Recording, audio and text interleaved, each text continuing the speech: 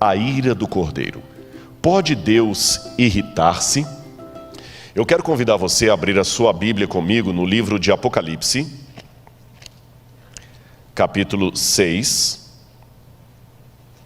E eu espero que você em casa também acompanhe com sua Bíblia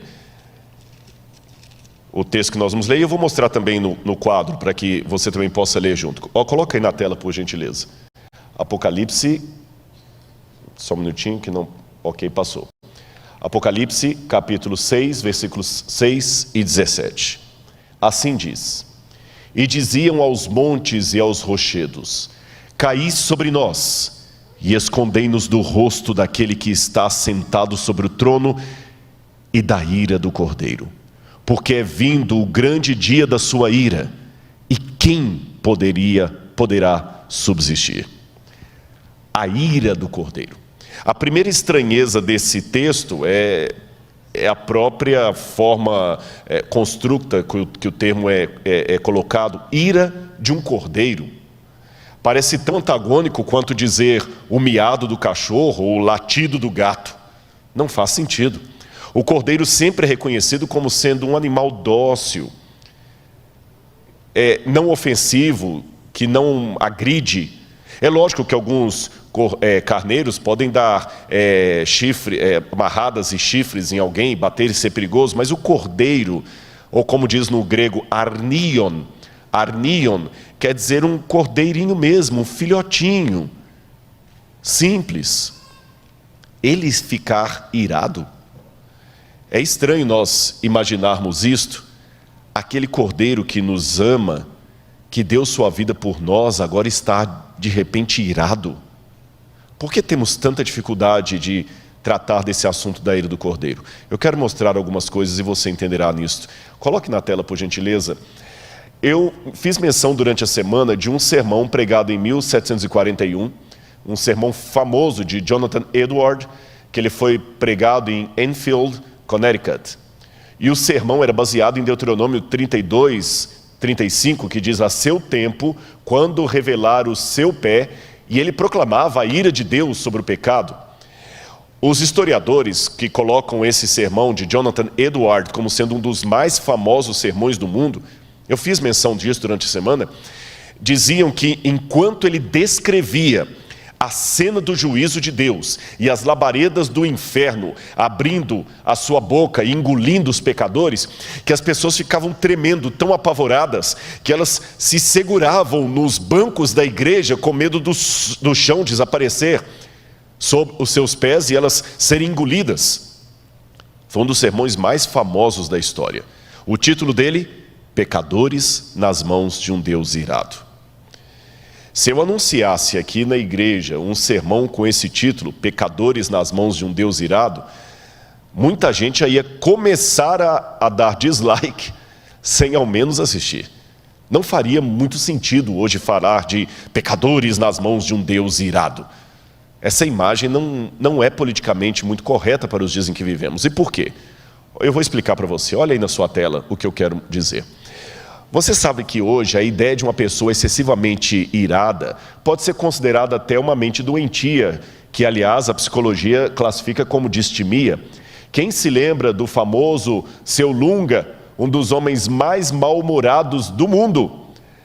E dizem que o mau humor chega a ser uma doença crônica, que deixa a pessoa chata, uma pessoa muito difícil de conviver com ela. O ranzinza vive geralmente irritado, isolado consigo mesmo, irritado com os demais. A qualidade de vida dele pode ser de depressão. E é difícil conviver com alguém ranzinza. O seu Lunga, ele pode ser até um personagem famoso do folclore nordestino. Aliás, dizem até que ele é tão ranzinza que ele moveu uma ação contra os escritores de cordel do Nordeste, que faziam histórias baseadas no seu temperamento irascível, e ele ganhou a causa. Todo mundo ouviu falar do Seu Lunga, e até hoje, apesar dele ter ganhado a causa judicial, até hoje, quando querem no Brasil falar de exemplo máximo de alguém com distimia ou com mau humor crônico, alguém que se ira rapidamente ou com violência, pensam no Seu Lunga. E quando a gente fala de Deus, um Deus irado, a primeira imagem que nos vem é de um Deus parecido com o seu Lunga. Um Deus que não parece muito politicamente correto. É curioso que realmente a imagem de um Deus sentado num trono, de barba branca e cara fechada, com o dedo em riste para destruir pecadores, não parece ser a melhor fotografia de Deus para mostrar. É tão desgastante essa imagem de um Deus irado, que já nos tempos, pouco depois do período apostólico, você já tinha Marcião, que era um dissidente do cristianismo, dos hereges, que chegou a proclamar que havia dois deuses, o Deus do Antigo Testamento e o Deus do Novo Testamento, e que os dois estavam em oposição. O Deus do Antigo Testamento, segundo Marcião, é aquele Deus irado, que destrói Sodoma e Gomorra, que destrói os antediluvianos, que dá a lei, que faz Uzá ser fulminado apenas porque tocou na arca, que fulmina Nadab e Abiú só porque levaram fogo estranho no santuário. Já o Deus do Novo Testamento é o Deus que diz para a pecadora: vá e não peques mais, nem eu te condeno. É o Deus que oferece para a samaritana água, é o Deus que tem paciência com os apóstolos, é o Deus do Calvário. E os dois estão em franca oposição. Mas o Apocalipse une os dois ao falar da ira do Cordeiro. Eu reconheço perante todos que estão comigo que dizer que Deus se ira, que Ele se irrita, é uma verdade incômoda, mas ela está na Bíblia, fala da ira do Cordeiro. Então, quando eu vou ao Apocalipse e leio sobre a ira do Cordeiro, eu tento, repito, estou falando a primeira pessoa do singular, eu tento equilibrar esta relação entre doutrina e relacionamento, entre amor e santificação. Porque eu sei que se eu pregar só um lado, eu estarei pregando um evangelho manco. E um evangelho manco é como um carro de 3 rodas. Não vai para lado nenhum. E estou pedindo a Deus para que eu consiga o equilíbrio entre doutrina e relacionamento. Que eu pregue um Deus de amor, mas um Deus que pune. Que eu pregue um Deus que salva, mas um Deus também que destrói no lago de fogo e enxofre. Porque se eu não fizer um equilíbrio entre essas duas coisas, eu estou selecionando da Bíblia o que me convém. E Deus fala: isso não dá, quem comigo não ajunta espalha. Ou eu aceito a Bíblia de Gênesis ou Apocalipse, ou então não aceito a Bíblia, gente, porque está tudo em cadeia. Por exemplo, eu sei que como tem pessoas de várias religiões me ouvindo, se você já escutou algum teólogo falando com você que um Gênesis é um mito, que não existe Adão e Eva, que isso é um mito, que os conservadores, a teologia fundamentalista que não entende isso, então nós temos um problema, que se o Gênesis é mito, não teve pecado. Se não teve pecado, não tem redenção. Se não teve redenção, Jesus não teve morte redentora. Se ele não teve morte redentora, o que ele veio fazer aqui? Tudo cai por terra. Vamos continuar a nossa colocação aqui. Agora Apocalipse 19, 13 e 15... fala da volta de Jesus numa forma muito interessante, que ali tem até um vídeo para vocês verem. Eu vou ler aqui, mas olha a imagem que está lá. Apocalipse 19, versos 13 e depois o verso 15. Quando fala de Jesus voltando, diz que ele está vestindo com um manto encharcado de sangue, e o seu nome é o Verbo de Deus. E fala no verso 15... da sua boca sai uma espada afiada para com ela ferir as nações. Ele mesmo as regerá com cetro de ferro. Ele mesmo é o que pisa o lagar do vinho, do furor da ira do Deus Todo-Poderoso. Eu já vi pessoas pregando: pois é, Jesus voltando com as manchas de sangue na sua roupa, o sangue redentor que ele derramou na cruz do Calvário. Com todo respeito aos irmãos que entendem assim, eu discordo. Esse sangue que está nas vestes de Jesus não é o sangue que ele derramou na cruz do Calvário. Sabem que sangue é esse? A imagem é dantesca. É o sangue dos ímpios que ele está pisando, porque a Bíblia fala que ele vem para pisar o lagar do furor, da ira do Deus Todo-Poderoso. E é desse pisado do lagar, do furor, que ele tira aquele vinho amargo e distribui a 7 anjos em 7 taças para derramarem sobre o sol, sobre a lua, sobre o mar, sobre os adoradores da besta, as pragas que vão cair depois do fechamento da porta da graça, e que eu falei que gotas delas já estão sendo derramadas hoje, gotas, para a gente ter uma ideia do que vai acontecer depois. Olha essa imagem que eu vou mostrar para você e você vai ver o que é um lagar, que muita gente não sabe o que é um lagar. O lagar geralmente é como se fosse uma piscina feita na pedra, retangular, e você coloca as uvas ali, e quando você coloca as uvas ali, você coloca 2 ou mais pessoas, e eles colocam essa corda em cima para ele segurar na corda para se firmar, e enquanto a corda está ali, ele vai pisando o lagar. Por que ele sempre, para fazer o vinho, tem que pisar nele?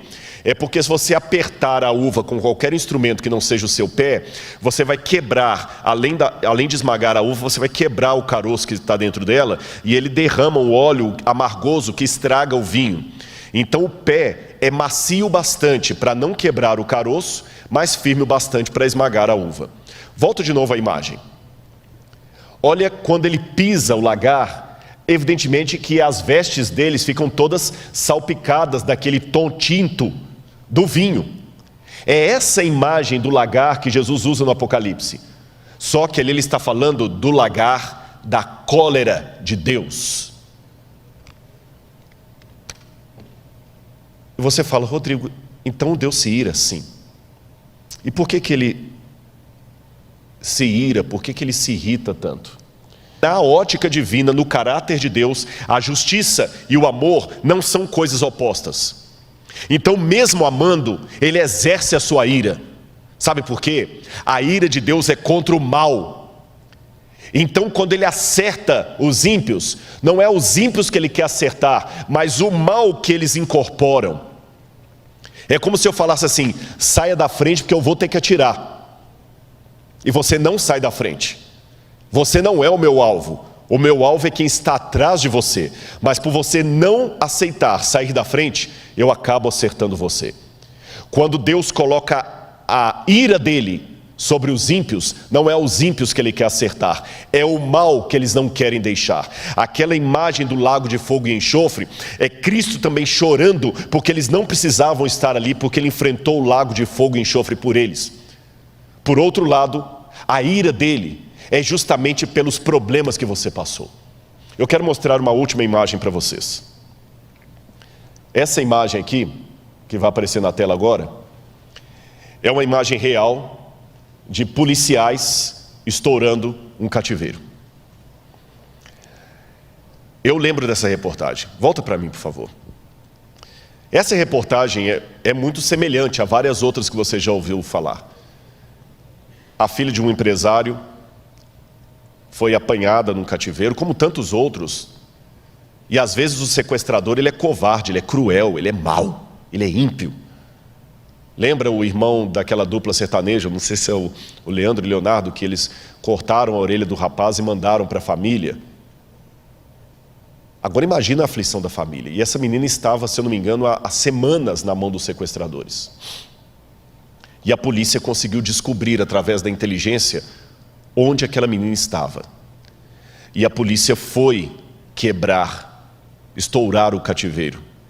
E quando eu vi a imagem, porque era essa época que tinha esses policiais que acompanhavam com o cinegrafista, quando eu vi a reportagem, eu entendi o significado da expressão estourar o cativeiro, porque literalmente é isso, estoura o cativeiro. E até o apresentador, que também entendia do mundo policial, explicava para todos, na época, telespectadores, hoje não se usa mais essa expressão, hoje é só espectadores, porque muitos vêm pela internet, mas eram os telespectadores, ele explicava o porquê daquilo ali. Ele queria dizer, olha, eles têm que fazer isso porque é um jogo psicológico. Eles têm que mostrar para o bandido que eles estão com raiva do que ele fez e que a sociedade está indignada. Isso torna o bandido desnorteado. E, irmãos, foi muita coisa, parecia cena de filme de guerra, cena de guerra. Aqueles 2 policiais que estavam indo no mato, não eram ninguém perto do grande batalhão que estava ali. Eles foram primeiro, assim, de maneira silenciosa, com cães farejadores, já sabiam a casa onde estava a menina, tinha uns 2 ou 3, não lembro, miliantes lá dentro. E de repente, quando o comandante deu o sinal pelo rádio, todos parece que eram ensaiados, fizeram barulho ao mesmo tempo, apareceu um helicóptero não sei de onde, começaram a jogar bombas de efeito, com bomba aquela coisa, e o cara tipo um megafone, dizendo assim, a casa caiu parado. E começou um pulando para lá, mas engraçado, que eu repito, eu não lembro quantos miliantes estavam na casa, mas eles saíam, eu digo mesmo, como rato. Sabe quando você dedetiza uma casa e começa a sair aquele monte de barato ou rato do bueiro? Foi assim, eles começaram a pular, um pulou, o outro pulou, daqui a pouco um pulou, o policial estava com o repórter atrás, baixa, a casa caiu, abaixa, o cara estava sem camisa assim, abaixou, e o sniper assim, bomba, e alguns começaram a atirar para cima, mas foi uma coisa tremenda. E de novo, o apresentador do programa explicou que era uma gangue muito perigosa, uma quadrilha, muito bem montada, e eles tinham que fazer aquilo, porque eles tinham células em vários pontos, então tinham que rastrear tudo, não podia deixar ninguém escapar. Eles cercaram a área mesmo. E é lógico que todo aquele barulho, toda aquela explosão e cachorro latindo, aquela coisa que assustou os bandidos, assustou evidentemente a moça que já estava apavorada. Num primeiro momento, ela não ficou aliviada, ficou apavorada. Ela entrou em choque. E automaticamente, já veio uma policial feminina. Parecia que estava chuvoso aquele dia. E a policial feminina já colocou um cobertor, né? Falou, calma. Parece que a policial tinha até treinamento em psicologia. Calma, estou com você. Tá tudo, já vieram os paramédicos. E ela tremendo, sem entender. Você viu que ela saiu meio trêmula. Calma, você... E eu lembro, ela falou assim, você está salvo. Eles colocaram um quadriculado no rosto da menina. Você está salvo. O seu pai mandou buscar você. Meus amigos, meus irmãos, a volta de Jesus é descrita na Bíblia com barulho, som de trombetas, terremotos, a terra vai entrar em combustão. Um dia desse que a gente estava voltando para o hotel, eu estava comentando com a irmã Geni, ela falou, já pensou a volta de Jesus, esses prédios todos caindo? Eu falei, eu fico imaginando como é que vai ser. A terra vai se abrir, vai vir fogo, vai vir raio do céu, barulho, terremoto, trovão. Não se preocupem. A tropa de elite de Deus está vindo com fúria, com raiva, para tirar você desse cativeiro. Meu irmão, na Bíblia não diz que é pecado nós irarmos. Irai-vos e não pequeis. A Bíblia fala que eu não devo ter rancor, falta de perdão, mas a ira contra o pecado eu tenho direito a ter. A indignação com que o diabo está fazendo comigo e com você, eu tenho o direito de ter. Deus me deu esse direito legítimo. Ter paciência no sofrimento e na provação que eu tanto preguei não significa masoquismo, não significa gostar de sofrer. E quando um pregador se levanta com indignação e denuncia algumas coisas do púlpito, não é por amor do panfletário, é uma indignação coletiva do que está acontecendo nesse mundo. Eu estou indignado por haver crianças morrendo na África. Eu estou indignado por haver crianças morrendo no Brasil. Eu estou indignado porque há mulheres que estão apanhando do marido em casa. Eu estou indignado pelo que o diabo está fazendo na minha vida. Eu estou indignado até com os erros que eu cometo, ou que o diabo às vezes me faz cometer. Alguns voluntários, outros levados, não importa. Eu estou indignado pelo que está acontecendo com você. Então Deus está voltando. Ele fala assim, basta, o diabo já foi longe demais. E sabe aquele pai que entra para defender sua filha e luta com o bandido? Deus está voltando para lutar por você. É por isso que a volta de Jesus é uma cena de ira do Cordeiro. Ele vem.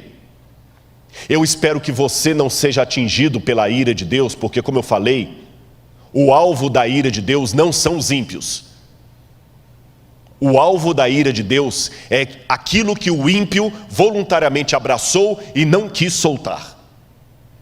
Quando o fogo de Deus desce contra os ímpios e o diabo, o alvo deles não é os ímpios, o diabo, porque o teu diabo, na verdade, é um apelido que ele teve depois. Ele era um anjo. A dor de Deus em destruir o anjo é a dor de um pai de enterrar um filho que morreu por overdose de drogas, que para quem não tem sentimento é apenas mais um rapaz envolvido com drogas, mas para o pai, a mãe é diferente. Para mim é mais um drogado.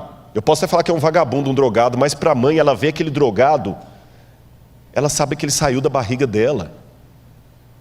Ele mamou no seio dela, ela o viu dando os primeiros passos.